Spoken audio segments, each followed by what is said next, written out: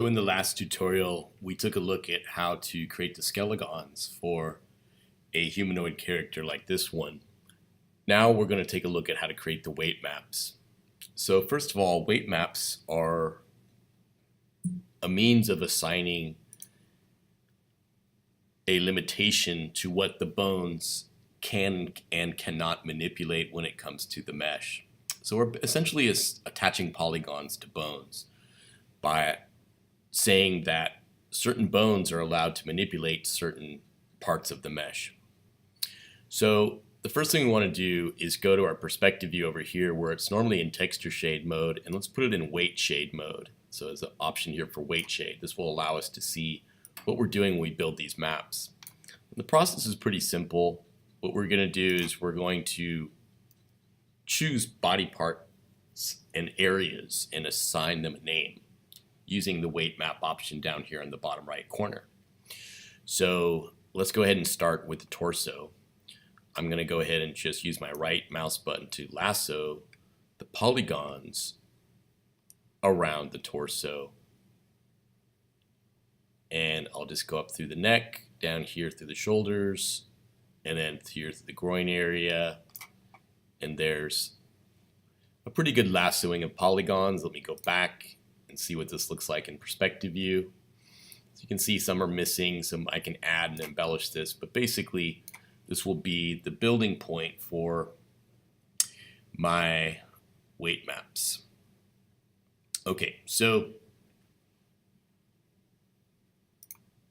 I'm going to come in and just hold down my shift key and just add some of these polygons here to the mix. Maybe subtract some of these. Now it's not rocket science. What we're just trying to do here is to just get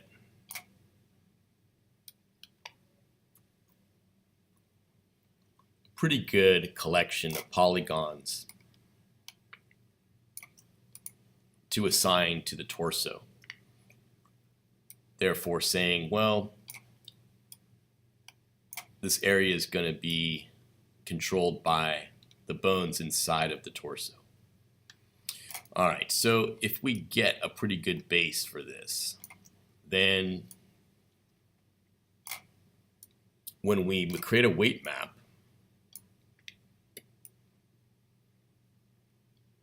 hopefully that weight map will allow the bones to only manipulate the area that we want to, therefore eliminating any problems with overlaps. All right, so what I do is I come down here, click the W key, and I choose New Weight Map. I'll call this Torso.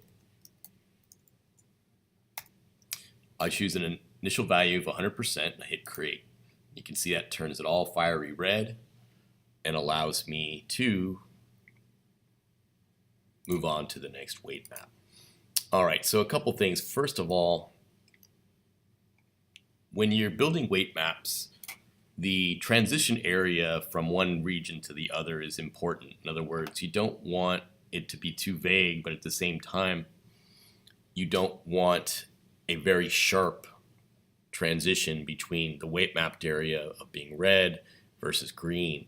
So one of the tools to help prevent that from happening is the blur tool. And you notice that there is a slight fade or gradation fading to try and prevent that sharpness from happening. But if you go to the map window, we can choose the blur tool, and when you blur, you're essentially smudging that transition zone so that it becomes more gradual. And as a result, hopefully you're going to get a softer gradation between the most heavily manipulated area and the area that's not manipulated at all. So what we want to do, one way to do that blur is to use the airbrush tool, which is a unique tool in and of itself. But the blur weights tool allows you to soften that transition on a global level so that it's just kind of a gradual adjustment from one area to the other. And so we go to weight blur, and we choose a value of how much. And so if you're familiar with Photoshop and the concept of Gaussian blurs, then you know what this is about. You choose a value, say for example 10 or 20, and see where it takes you, and click OK.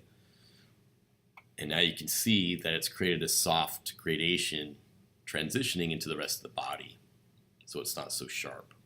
And also the neck, the shoulders, the thighs.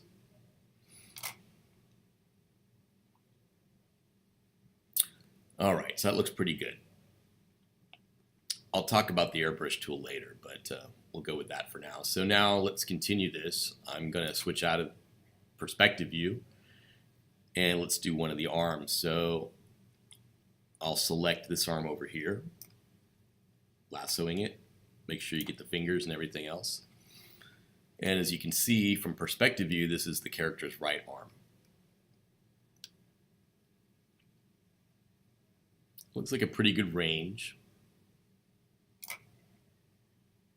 And so we're going to go to W, New, Right Arm.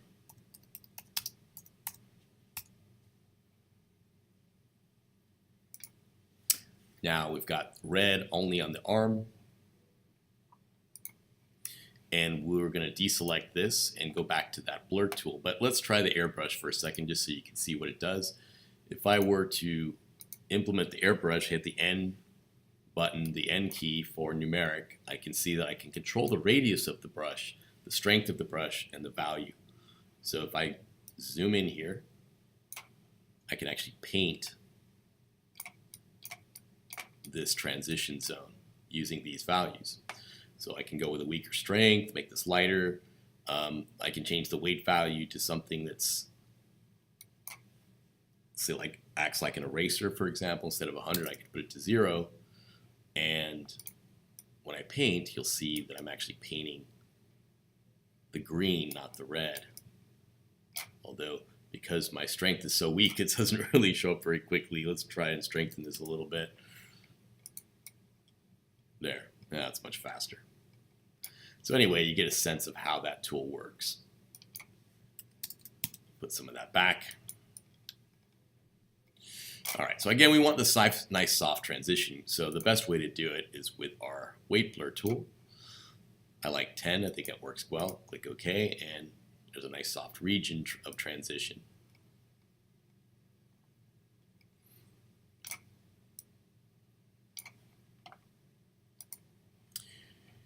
Okay, so the rest of it is basically the same process. I'll go ahead and just finish this up. So we'll do our left arm.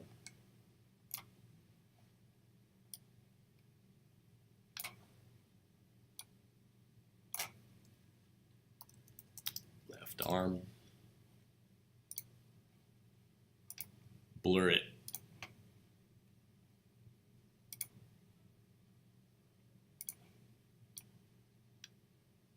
Looking good. All right, now the legs. Now what I'm doing is really just kind of a basic breakdown of weight maps. You may find that for other characters you need to go into more detail, but I'm just doing the basic body parts and leaving it at that. But at least you can understand the process. So we'll go ahead and just, again, create a new weight map for which will be the left leg.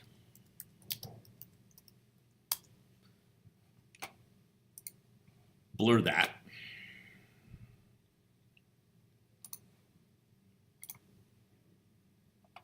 And then the right leg.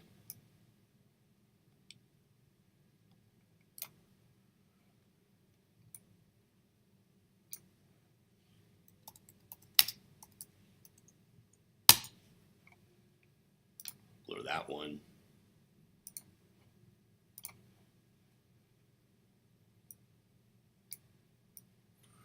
And last is just the head and neck.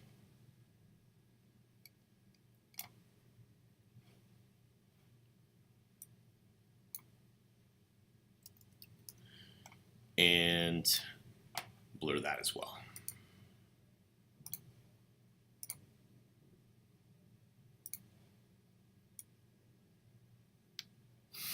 Okay, so now we've got our regions defined. All of these weight maps that we created are baked into the character, so we have to save the character for them to stick. So we go to File, Save, Object, or just hit the S key for short. And now I'm going to go ahead and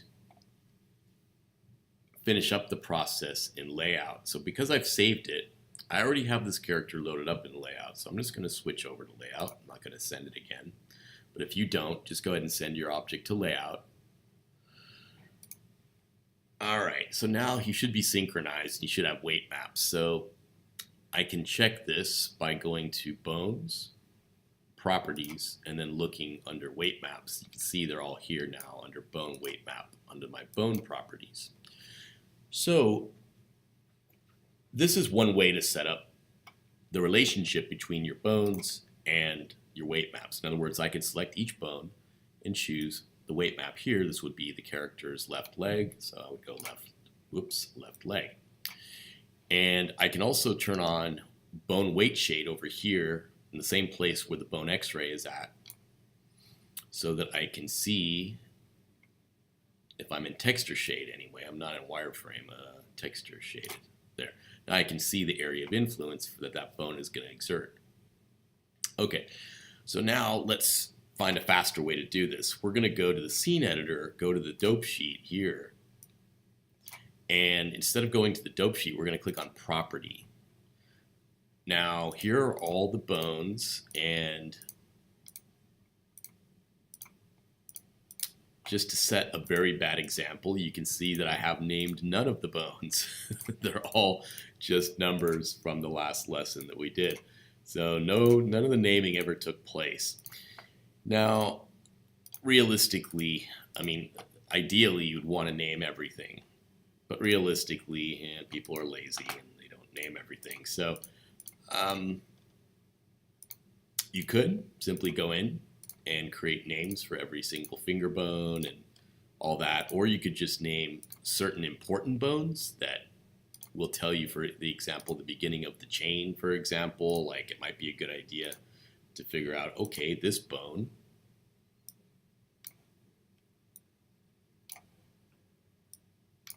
is the left leg, and so therefore I could name that and then know exactly what part of the body I'm looking at with these chains. That would be a good idea. So let's do that real quick. I'm just going to go in, manipulate, rename, left leg. Lo and behold, this is the right leg.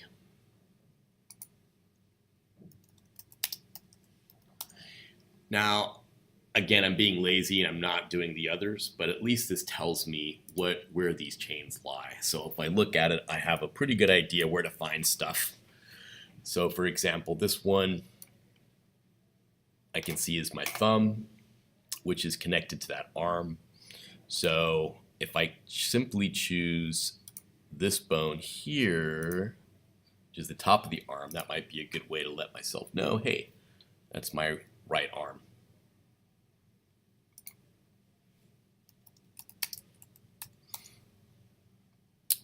And then over here, my left arm. Again, when you click here first on your bone directly, you don't want to look here because it's not going to highlight it, but it'll create a little check mark. So this is this bone here. So when I click on that, now I'm on that bone. So that would be my left arm. So that's better than nothing, I guess. So I'll just leave it there for now. So now how do we set up weight maps? So we come over to property and we choose bone, which is the top option, influence, bone influence. Here you can see all the weight map channels. So what we're going to do is we're going to say, okay, well, this bone on down through the fingertips is going to be my left arm. And so therefore, this should be the weight map that I choose for that would be the left arm weight map.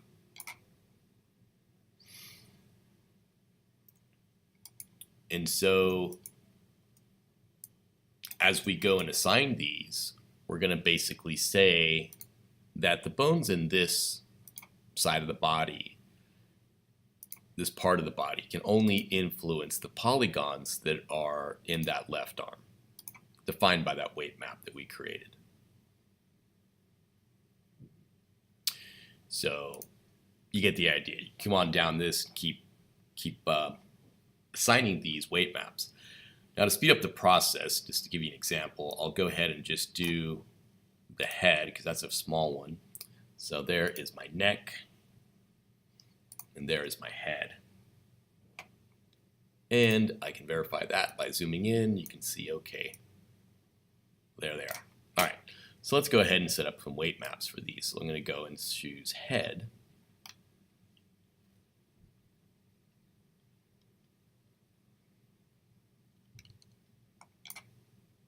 And head for this as well. Okay, so now let me go back to, or get out of bone weight shade. So let's go ahead and rotate this, and there's my head being manipulated there by that bone. There's the neck. So you can see that this bone has an area of influence, but you can see also that that chin is not going along for the ride. So it could be an issue there in terms of the polygons that were selected, or it could be that when we select and set up our other bones in accordance with the other parts of the body will be good. So let's try that. So let's try, for example, this one here. And we'll put that on the torso where it belongs, because remember, it's all a big puzzle. What we're doing is we're taking control away from certain bones and reassigning it to other areas. So it's important to finish the process before you start getting worried about everything. So I'm going to put these on according to the torso and see if that changes the results I'm getting here. And sure enough, it does. You see now, these bones being close to that chin are no longer able to influence the chin. So that's exactly what we want. This is what weight maps are supposed to do. They're supposed to create separation between the bones, which are very close together, in the way that they control your mesh. And so now I'm getting the results I was hoping for by letting these two bones influence the head and neck, but not the others. So it's not perfect. You can see if I twist a lot, you can see I'm getting some weird, funky things happening here with the mesh as I twist and bank it. So it's a lot of adjustments, going back to the weight maps and seeing, okay, well, maybe I need more influence into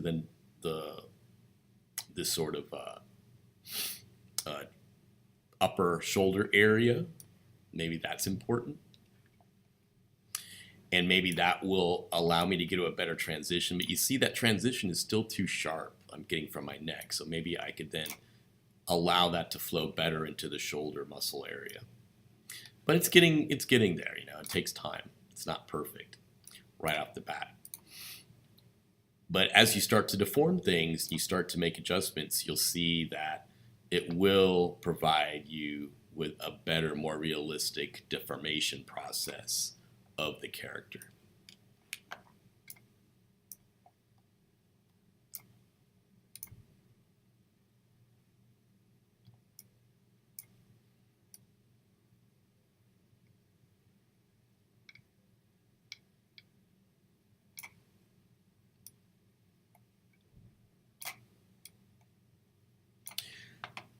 Okay, so next up we'll take a look at posing techniques and how to set up inverse kinematics.